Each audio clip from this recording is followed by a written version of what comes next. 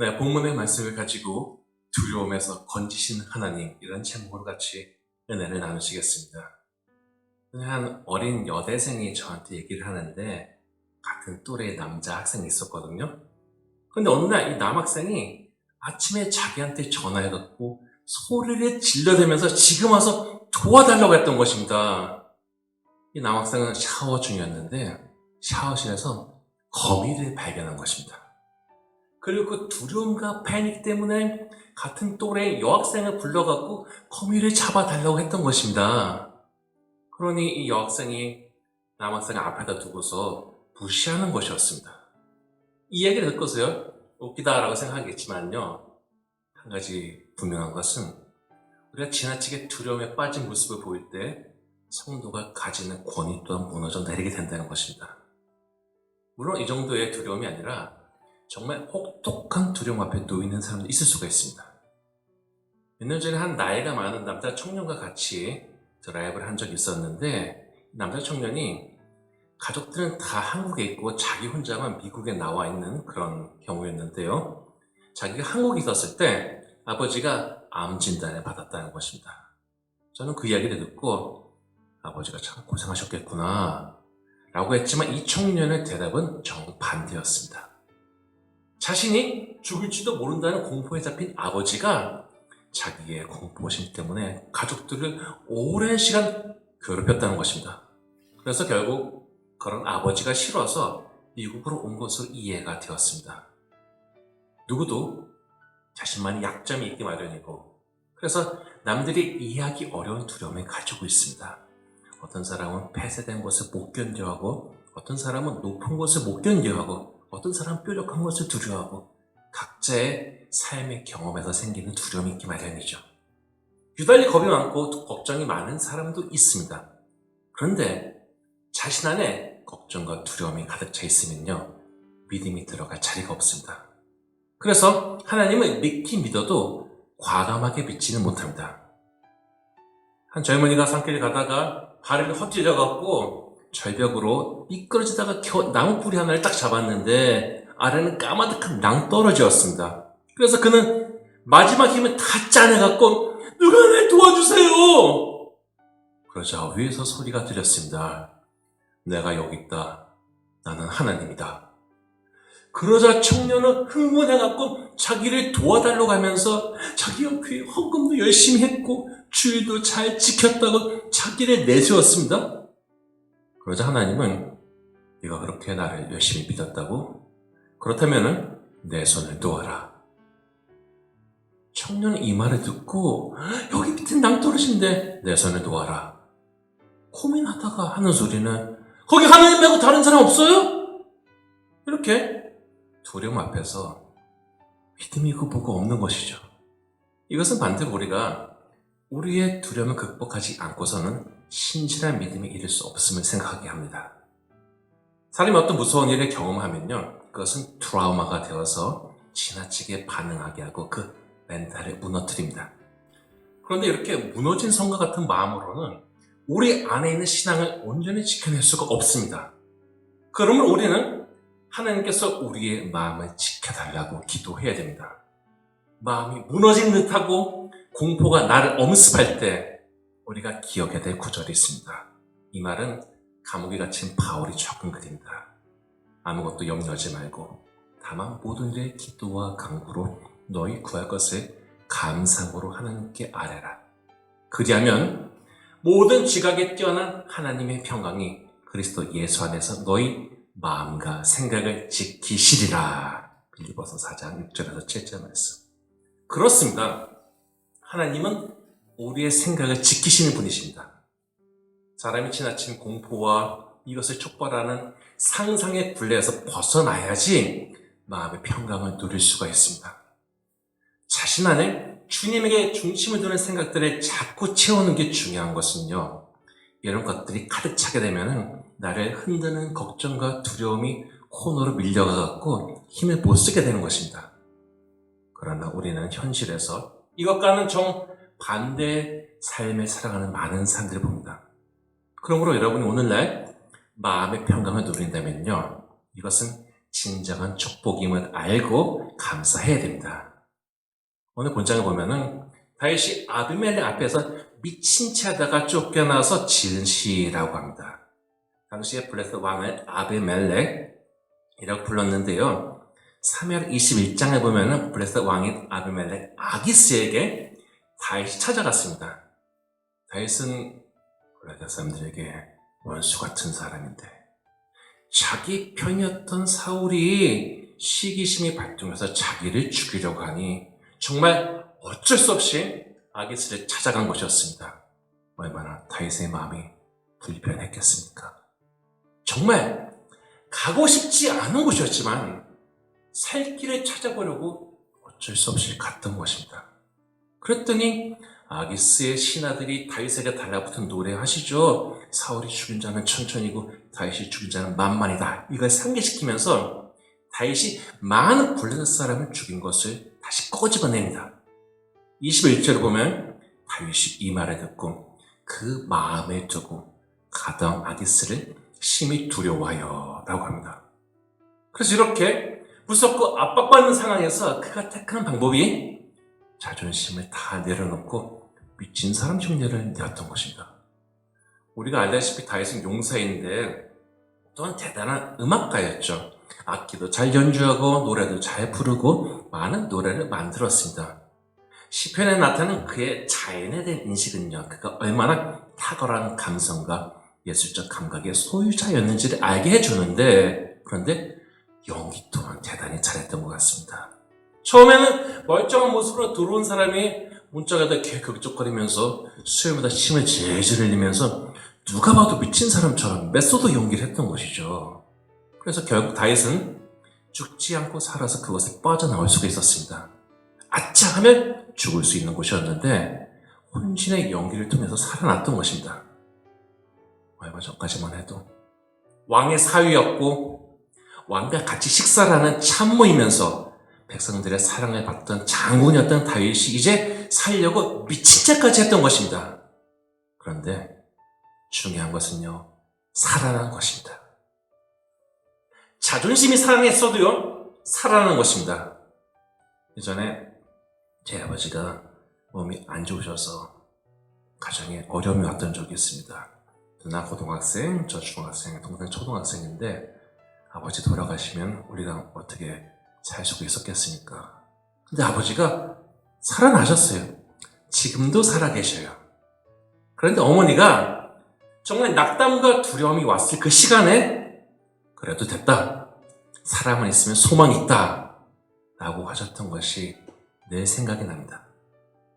다윗에게는 지금 자존심 같은 것이 중요한 것이 아니라 일단은 살아나는 것이 최고였습니다. 시편 118편을 보면 시편 기자는 17에서 18절에 이렇게 노래하고 있습니다. 내가 죽지 않고 살아서 여호와께서 하시는 일을 선포하리로다.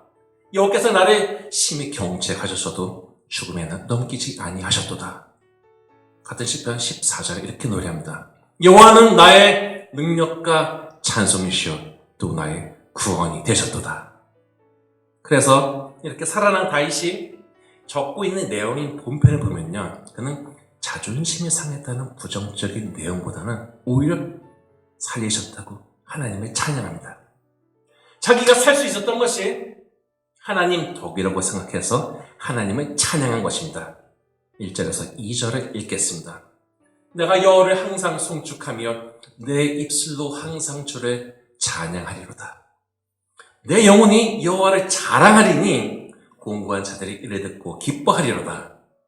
우리는 오늘 일단 살아있음에 감사하며 살아있는 순간순간을 쓸데없는 말들과 악한 감정과 과거의 그림자에 잡혀 사는 사람이 아니라 오히려 주님께 입으로 찬양하는 사람이 되어야 됩니다.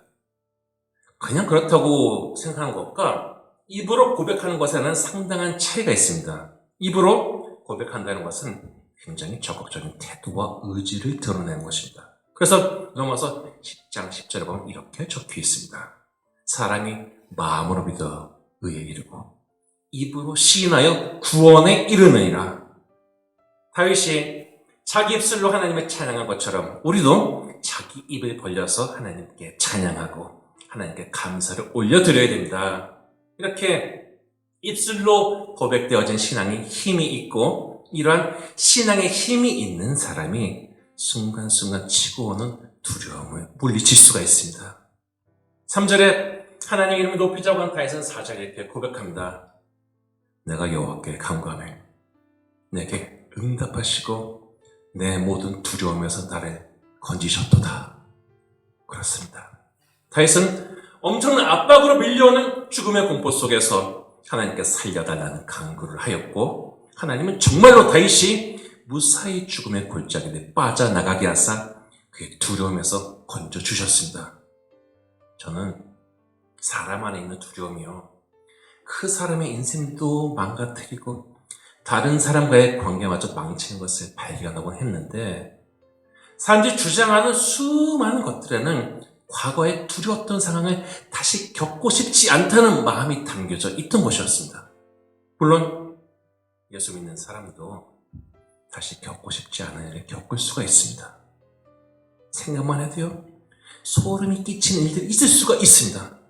그러나 성도가 어려운 상황에서 하나님을 의지하여 살 길을 얻고 거기에 더해서 하나님이 더해주시는 손길을 체험하게 될 때 과거의 어려움으로 인한 트라우마만 있는 사람이 아니라 하나님이 주신 승리 또한 귀한 경험으로 품는 성도가 되는 것입니다. 다윗은 이미 어린 시절에 곰과 사자와도 싸움도 그렇고 누구라도 겁을 내는 골리앗과의 싸움도 그렇고 오히려 어려운 상황에서 하나님의 도우심으로 자신의 승리를 얻은 것을 기억하였습니다. 이렇게 이기다 보면요, 패배에 대한 두려움보다는 하나님이 주실 승리를 바라보며 자신감이 잃지 않는 용감하고 당당한 사람으로 서게 되는 것입니다.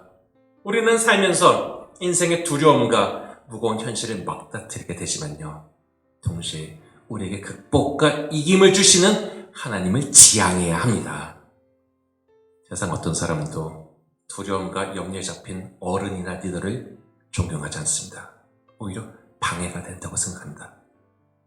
사람의 심령의 상태는 그 마지막 모습에서 나타납니다. 저는 참 많은 장례를 치렀어요. 어렸을 때부터 장례를 참 많이 치렀는데 어떤 분은 숨을 거두기 전에 두려움에 잡혀서 뭔가에 끌려가는 듯한 공포 속에 눈도 못 감고 가시는 분이 계시고 어떤 사람은, 어떤 분들은 마지막까지 주님을 찬양하며 천사의 영접을 받아 평강 속에 하나님의 나라로 옮겨지는 사람도 있었습니다. 평상시에 하나님과의 관계를 회복하지 못하고 알게 모르게 두려움에 잡혀있는 사람이 이런 은혜로운 치유를 맞이할 수 있겠습니까? 다윗은 하나님의 도우심을 얻어서 두려움을 극복한 것이 너무나도 좋은 경험이라고 생각했기 때문에 다른 사람들에게도 이것을 권하고 있습니다. 8절을 봅시다. 너희는 여호와의 선하심을 맛보아 알지로다. 그에게 피하는 자는 복이 있도다. 그렇습니다. 하나님의 도우심이 좋다는 것은 경험해본 사람이 아는 것입니다. 우리가 세상을 살면서 하나님의 선하신 도움의 손길을 경험하지 못했다면 이것은 마치 한 달란트의 종처럼 하나님의 의도도 모른 채 거리를 두고 자신의 열매 없는 인생을 하나님의 탓으로 돌리려는 것과 같습니다. 이렇게 생명을 얻고 마음의 평강을 얻은 다윗은 이러한 상태가 마치 모든 것을 받은 것으로 느껴졌습니다. 그래서 10절에 보면은 젊은 사자는 궁핍하여 줄이지라도 여호와를 찾는 자는 모든 좋은 곳에 부족함이 없으리로다 라고 합니다. 다윗은 인생에 있어서 마음의 평화를 얻는 것이 얼마나 중요한지를 일찍 깨달았던 것이죠. 마음의 평화는요, 내가 단지 그렇기를 바란다고 주어지는 것이 아니라 하나님께서 주시는 놀라운 축복의 선물인 것을 알았습니다. 그래서 14절에 보면 악을 버리고 선을 행하며 화평을 찾았다 할지어다 라고 합니다. 당연한 말이지만요, 사람의 마음속에 두려움과 염려가 가득하면 그 마음의 평화가 무너져 내립니다. 마음의 평화가 무너져 내린 사람은 모두가 싫어하는 사람이 됩니다. 이 사람이 하고 다니는 일은 주변에 불안감을 증폭시키는 일밖에 되지 않아요. 2차 세계대전 때 양쪽의 병사들은 상대편의 참호를 빼앗기 위해서 아주 지루한 소모전을 펼쳤습니다. 그러다 보면요, 참호 사이에는 부상을 당한 채로 남겨진 병사들이 있기 마련이란 말이죠. 그런데 구하러 갈 수도 없어요. 다 죽기 때문이죠. 그래서 어쩔 수가 없었는데, 그런데 일부러 자기 쪽에 부상당한 적군의 병사는 죽이지 않고 내버려 두었습니다. 왜냐면요, 이 상처받은 부상당한 병사가 밤새도록 고통의 소리를 내면서 상대편의 사기를 떨어뜨렸기 때문입니다. 아파 죽어! 사기가 막 떨어지죠. 우리도 마귀에게 유린당해서 마음이 너덜너덜해진 사람이 사방에 우는 소리 하고 다니면서 근심을 증폭시키는 것을 볼 수가 있습니다. 어려운 상황에서 누가 어려운 줄 모릅니까? 해봤자 도움이 안 되는 말은 안 하는 게 제일 좋습니다. 두려움에 잡히고 부정적인 말은요, 대단한 전파력을 가지고 있어서 순식간에 퍼져나가며 또 머릿속에서 잘 빠져나가지도 않습니다. 그래서 어려울 때 이런 것들이 내 머릿속에 들어오지 못하도록 더 찬양하며 마음을 지켜야 됩니다. 잠언 4장 23절은 말합니다. 뭐든지 기회 많은 것 중에 더욱 내 마음을 지키라. 생명의 근원이 이에서 남이니라. 이것처럼 어려울수록 더 말을 조심해서 악한 것이 퍼지지 않게 해야지 생기를 유지할 수가 있습니다. 보시면 13절에는 내 혀를 금하며 내 입술을 거짓말해서 금할지어다 라고 합니다. 우리의 대적은 우리의 마음을 흔드는 약하고 부정적인 생각과 하나님이 우리를 구하시지 아니하시고 사랑하지 않으신다는 거짓말을 심어주려고 하고, 또 이것을 받은 사람은 자신이 받은 어두운 씨앗을 다른 사람에게 퍼뜨리려고 합니다. 그러나 이미 하나님의 선하심을 맛본 사람은 11절의 말씀처럼 오히려 하나님을 경외하는 법을 가르치려고 합니다.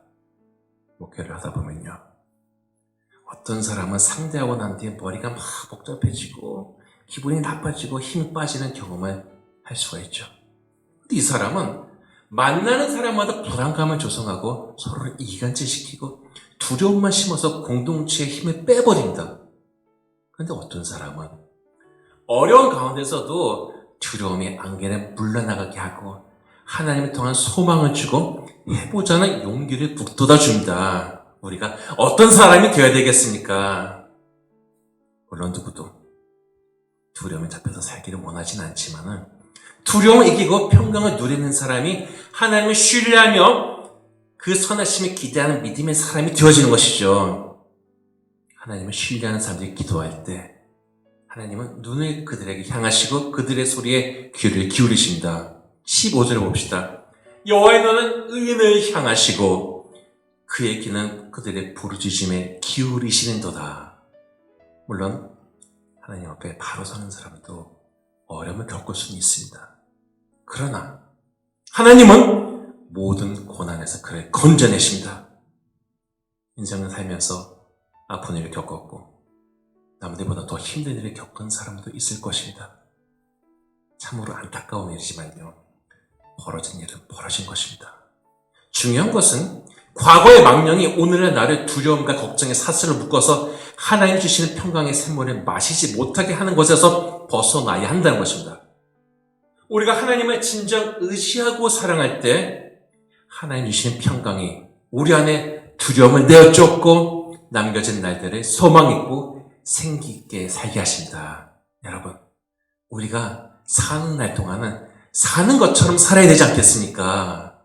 요한일서 4장 18절에 보면은 사랑 안에는 두려움이 없고 온전한 사랑이 두려움을 내어쫓나니 라고 합니다. 누구라도 각자의 두려움이 있을 것입니다. 이것이 나의 마음의 평강을 무너뜨립니다. 그러나 그렇게 되지 않기 위해서 마음과 성품과 힘을 다하여 하나님을 사랑하는 성도가 됩시다. 하나님 우리에게 주시는 사랑의 두려움을 내어쫓고 우리의 마음과 생각을 지키며 승리하게 하십니다. 바로 얻기는 하나님께 온전히 나아가는 성도가 되어서 그 마음의 두려움을 물리치고 하나님의 사랑을 전파하는 복되고 사랑받는 성도가 다 되시기를 주님의 이름으로 축원합니다.